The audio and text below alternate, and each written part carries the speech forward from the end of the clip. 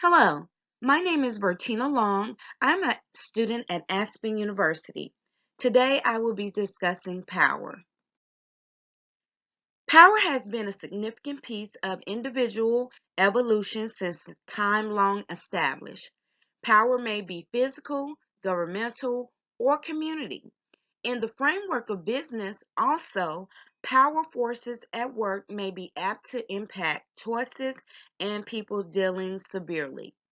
So, crucial power can be challenging as it is comprehended and construed in numerous means, yet, power can certainly not be known as an influence which allows you to obtain what you would like. Power most likely originates from status or influence, which can motivate people both constructively and destructively. Now, there are five types of social power. Legitimate power, the power that held from being selected to be in a status of influence. Coercive power, the capability and clout to penalize individuals for any cause. Reward power, the capability to provide individuals items that they may desire or to seize items that they may desire.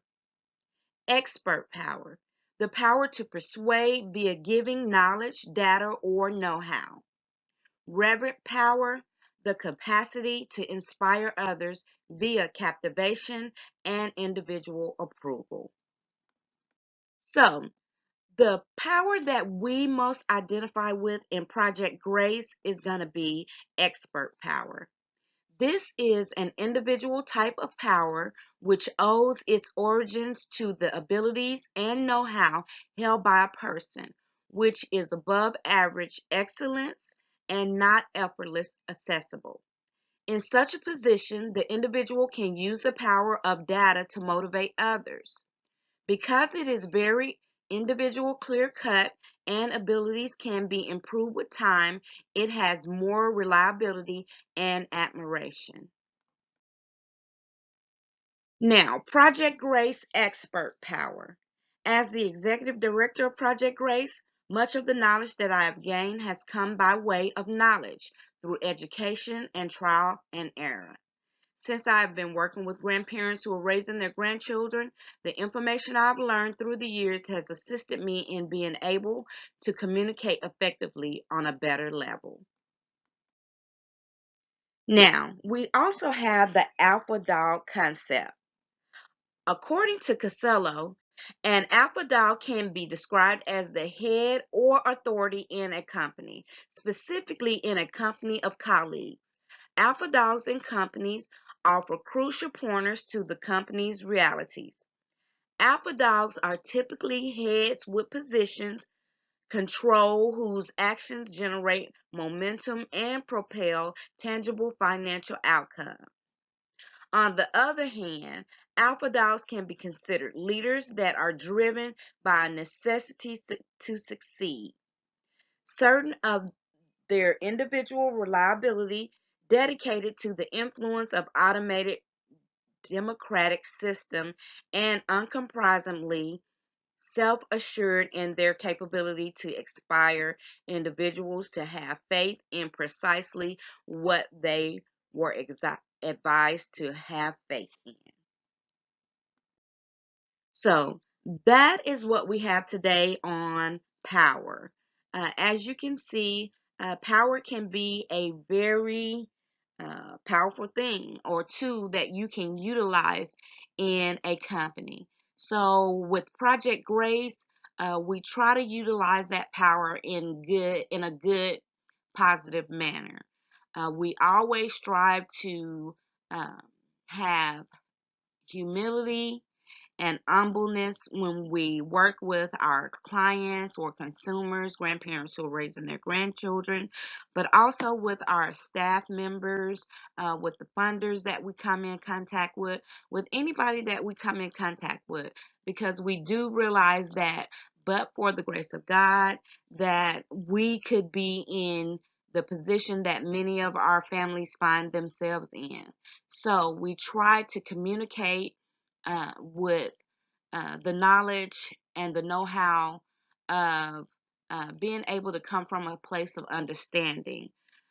No family is perfect. And so that's what we try to convey when we are helping our families. We don't try to abuse our power, the knowledge that we have with our families. We don't try to abuse that. We don't try to make our families feel bad about themselves or about their situation. In other words, we try to uplift. We come from a place of wanting better for our families and a lot of times ourselves. A lot of times we may be having issues within our own families, and so we use the positive that we try to inspire in Project Grace to uh, better those families, which in turn help us to deal with some of the things that are going on in our own families. We realize that, as I said, no family is perfect, and that it could be uh, worse when dealing with the families that we deal with. We realize that, hey, this too could be my situation, and then we try to remember that this could be anybody. So, with that being said, power, as I said, is a very powerful tool that can be utilized. It can be utilized to hurt or help. And in our case, we try to use that power to help our families. We try to use that power to better our communities, our neighborhoods. If we help the grandchildren get the education that they desire, that they need to help bring their families out of poverty or maybe the situations that they're in, then we feel like that we've done a great thing. Thank you. I hope this presentation has inspired you to do a great work within your community and also to utilize your power that you may have on your job, in your family, wherever the case may be. Utilize that power for good and not bad.